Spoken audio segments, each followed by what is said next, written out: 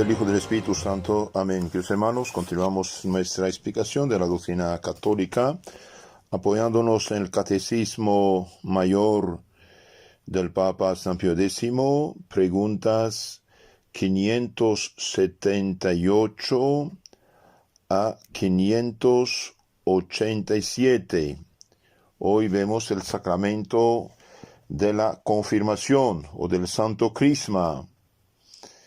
El Papa pregunta, ¿qué es el sacramento del Santo Crisma o confirmación? El Santo Crisma o confirmación es un sacramento por el cual recibimos al Espíritu Santo. Se imprime en nuestra alma el carácter de soldados y apóstoles de Jesucristo y nos hacemos perfectos cristianos. Muchas cosas en pocas palabras, dice aquí el Santo Padre, el Papa. Por la confirmación recibimos el Espíritu Santo del Padre y del Hijo, el Espíritu Divino, que cuando vino sobre los apóstoles, los transformó completamente. Les dio sabiduría, fortaleza, luz, caridad, amor, valentía y todas las virtudes. Es el Espíritu Santo que transforma nuestra alma y la hace templo suyo. La confirmación también imprime en nuestra alma un carácter sagrado de soldados y apóstoles de Jesucristo. Imprime un sello que nunca se borra para hacernos testigos, defensores de la fe católica y apóstoles de esta fe, propagadores de esta fe.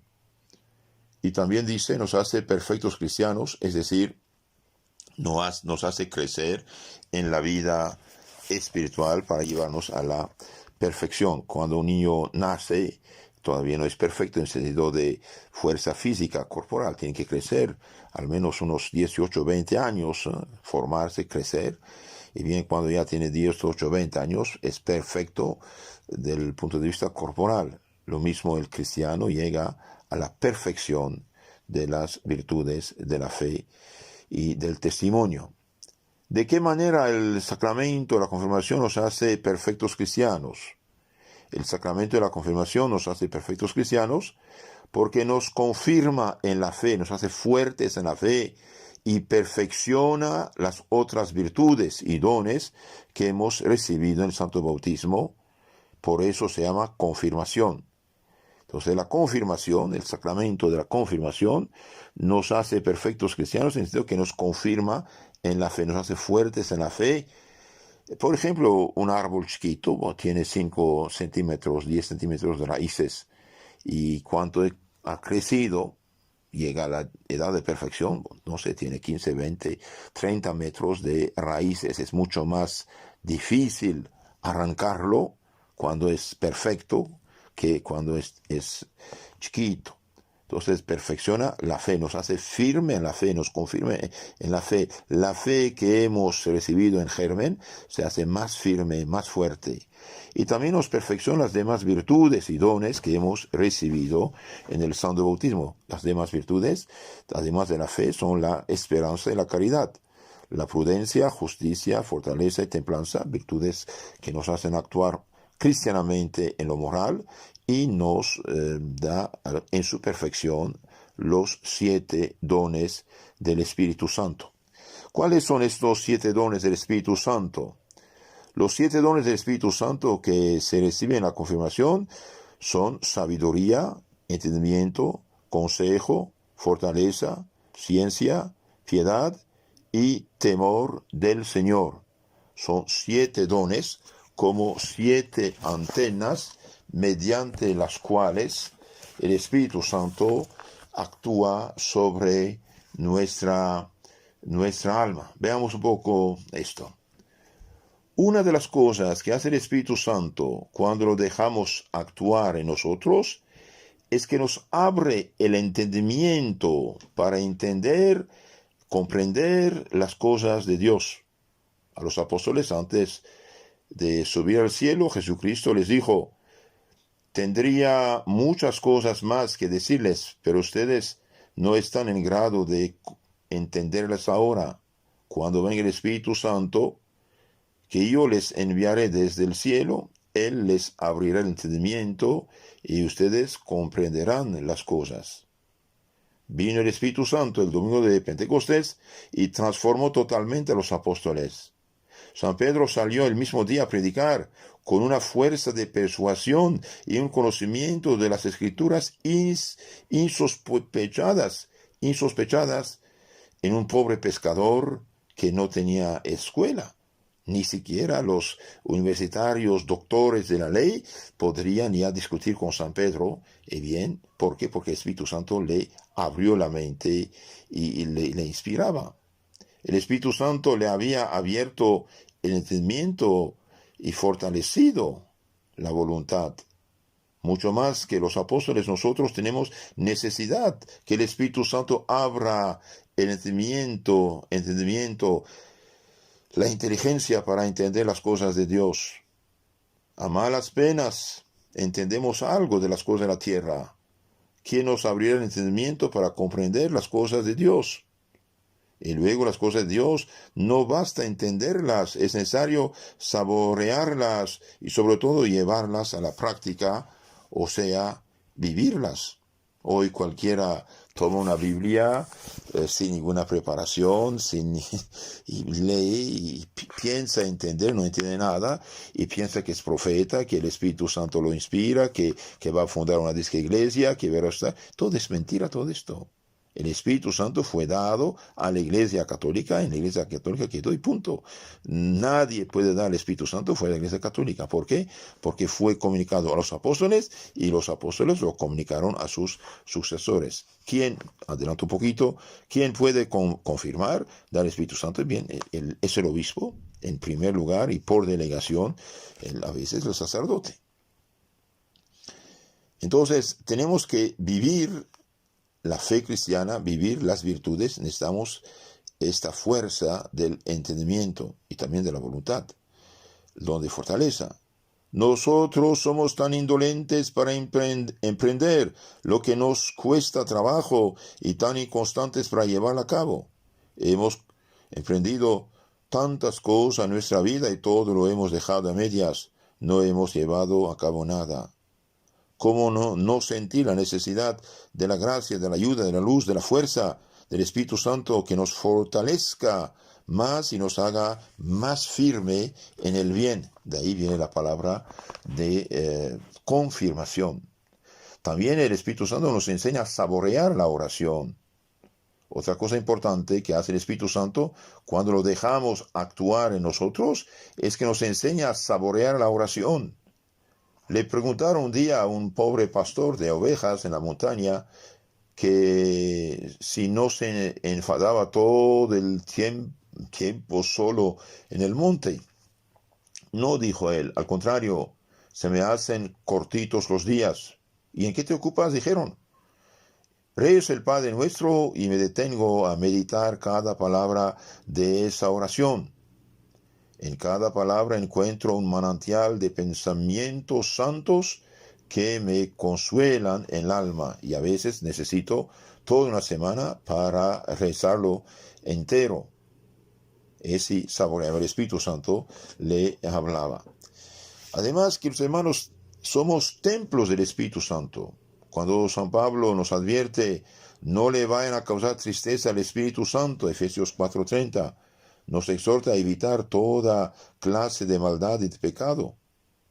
Pero por la insistencia con que el apóstol en sus cartas les recuerda a los cristianos que son templos del Espíritu Santo, se ha de pensar que le causa tristeza al Espíritu Santo, sobre todo el que profana su cuerpo con actos indecorosos, con pecados. Les decimos muchas veces a los jóvenes que deben respetar su cuerpo, pero pocas veces sabemos explicarles cuál es el verdadero motivo por el cual deben respetarse. El motivo lo explica San Pablo en la carta a los Corintios. ¿No saben ustedes que son templos vivos de Dios y que el Espíritu Santo habita en ustedes? Si alguno profana el templo de Dios, Dios lo destruirá a él, porque el templo de Dios es santo y ese templo son ustedes, es su cuerpo.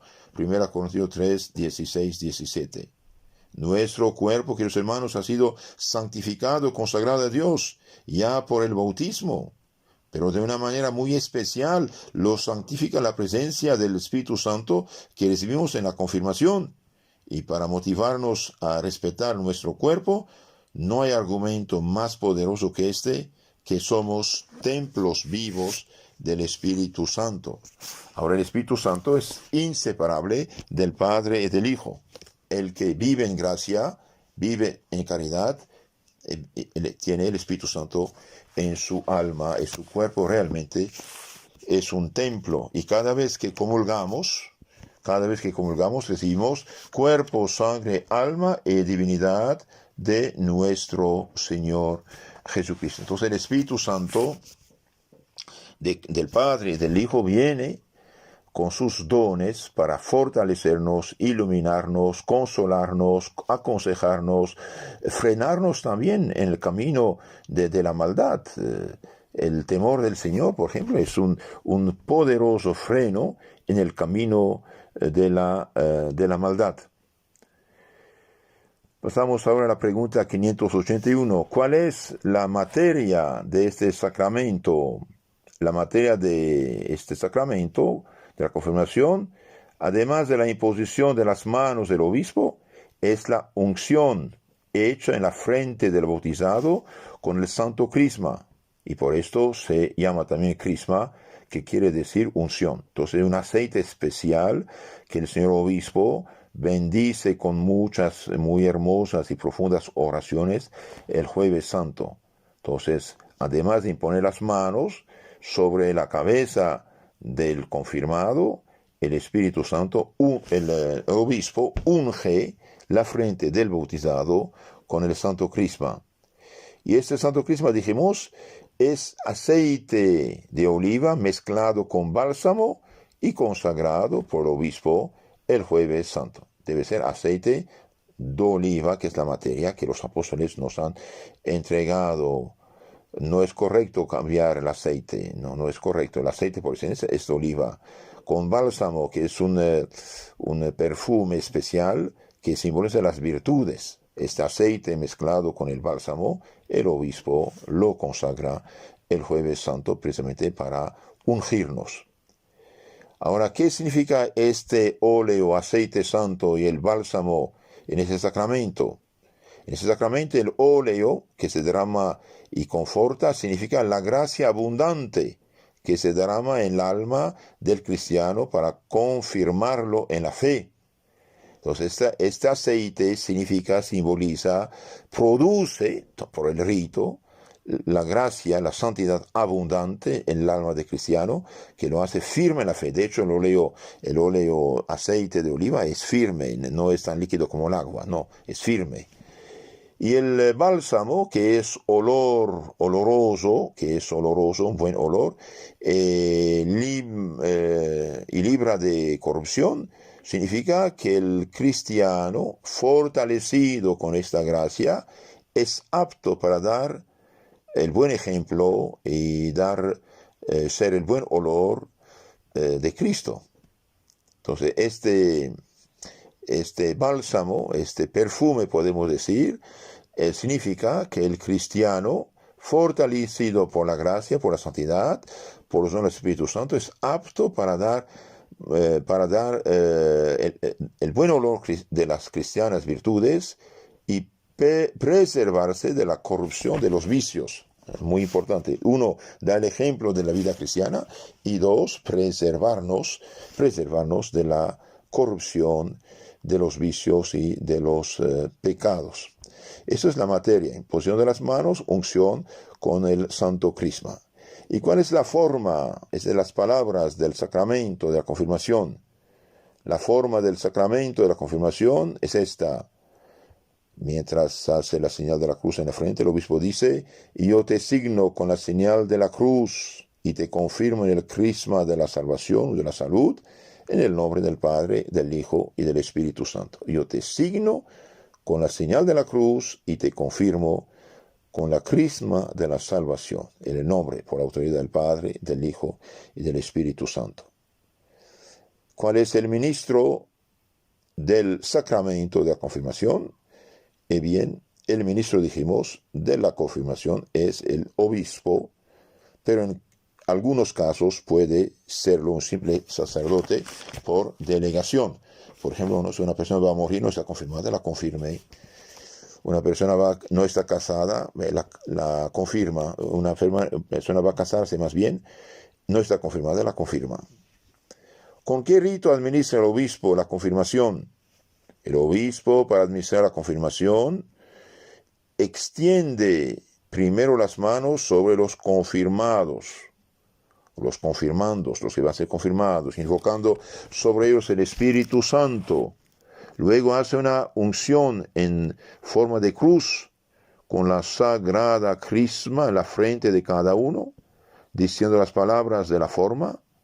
Después le da con la mano derecha una ligera bofetada en la mejilla, diciendo: la paz sea contigo, para decir sea fuerte, para sufrir algo por Cristo, luchar por Cristo, ser soldado, testigo de Cristo. Y por fin bendice solemnemente a todos los confirmados. Última pregunta de esta charla, 587. ¿Por qué se hace la unción en la frente? Se hace la unción en la frente donde aparecen las señales del temor y de la vergüenza, a fin de que el confirmado entienda que no debe avergonzarse del nombre y profesión de cristiano, ni tener miedo de los enemigos de la fe. Entonces, queridos hermanos, la confirmación se hace en la frente para decir: no tenga miedo, no tenga vergüenza de actuar, de hablar, de vivir como cristiano, y no tenga miedo a los enemigos de la fe. Y esta es la razón por la cual se da la ligera bofetada simbólica.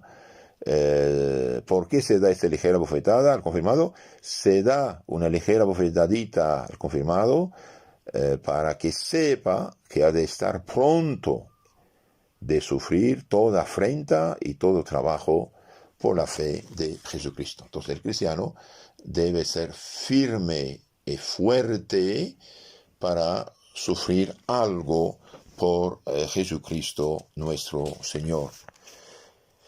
Queridos hermanos, la confirmación es sacramento sumamente importante. San Vicente Ferrer en el siglo XV profetizó que al finales de los tiempos el demonio hará que muchos no sean confirmados para que el anticristo pueda vencerlos. Y hoy, por desgracia, muchos no están confirmados. Se lee en la historia de la Iglesia este caso. Al final del siglo III había en el ejército del emperador Galieno un oficial llamado Marino. Iba a ascender a capitán cuando un rival suyo le acusó de que era cristiano. Conducido ante el tribunal, confesó con valentía que era discípulo de Cristo. Entonces, es un hombre confirmado, un hombre testigo de Cristo. 3 horas le dieron de tiempo para que se decidiese entre el grado y honores de su rango, si renegaba de su fe, o la muerte si persistía en ser cristiano.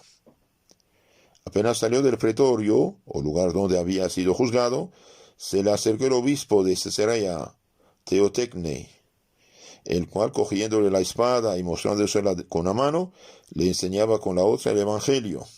Escoge, le dijo, entre la espada militar o el evangelio de Cristo. Sin vacilar, abrazó y besó el libro santo. Sirva al Señor tu Dios, generoso soldado de Cristo. Su espíritu será tu fortaleza, le dijo el santo obispo. Pasadas las 3 horas, compareció ante el juez, confesó de nuevo que era cristiano, orgulloso de serlo, y que nunca iba a traicionar a Jesucristo. El Espíritu Santo le dio fuerza para morir mártir, es decir, morir testigo de Cristo nuestro Señor. Juliano el apóstata, sobrino de Constantino, por gracia educado, bautizado, catequizado muy mal por los herejes arianos, pseudo-cristianos, Juliano apostató, renegó de la fe cristiana, quiso ofrecer sacrificios a los ídolos. Los falsos sacerdotes, más bien los brujos, quedaron como petrificados sin poder moverse, porque había en el templo un noble cristiano recién confirmado que había invocado el nombre de Jesucristo. Esto lo dice un contemporáneo de Julián el Apóstata, San Gregorio Nacianzen. Entonces, este cristiano lleno del Espíritu Santo hace la señal de la cruz y el demonio queda paralizado. Es importante esto. Novaciano no había recibido ese sacramento, no había sido sellado por el obispo, como dice el Papa San Cornelio, atribuyendo a ello la caída de este pobre en la apostasía, en la herejía. Entonces, la confirmación, hablaremos más tarde más de esto, es absolutamente necesaria para todos los adultos, todos los que tienen uso de razón y más. Un niño bautizado no confirmado que muere va al cielo, pero un niño que tiene uso de razón puede pecar y por lo tanto necesita de la fuerza del Espíritu Santo. El perfume del bálsamo, dijimos, indica cuál ha de ser la vida de los cristianos que reciben la confirmación. Cuando estuve en París, escribe Donoso Cortés, un gran pensador católico español del siglo XIX, cuando estuve en París traté íntimamente a Massarnaud, y aquel hombre no sojuzgó con solo el espectáculo de su vida, que tenía todas horas delante de mis ojos. Somos el buen olor de Cristo, dice el apóstol. Entonces tenía un amigo que daba ejemplo de vida cristiana. También se dice en la historia que hallándose San Francisco de Sales en Annecy estudiando, fue a confirmar el obispo y advirtió tal devoción el joven estudiante al recibir el sacramento que el prelado profetizó que Francisco llegaría a hacer el milagro de su siglo. Desde aquel día se verificó en el santo una gran transformación. De hecho, San Francisco arriesgó su vida, fue de misionero en tierra protestantizada durante 2 generaciones y hubo varios atentados contra su vida y convirtió finalmente, con su paciencia, sabiduría, oraciones y fortaleza, convirtió él y unos compañeros, unos 72,000 protestantes.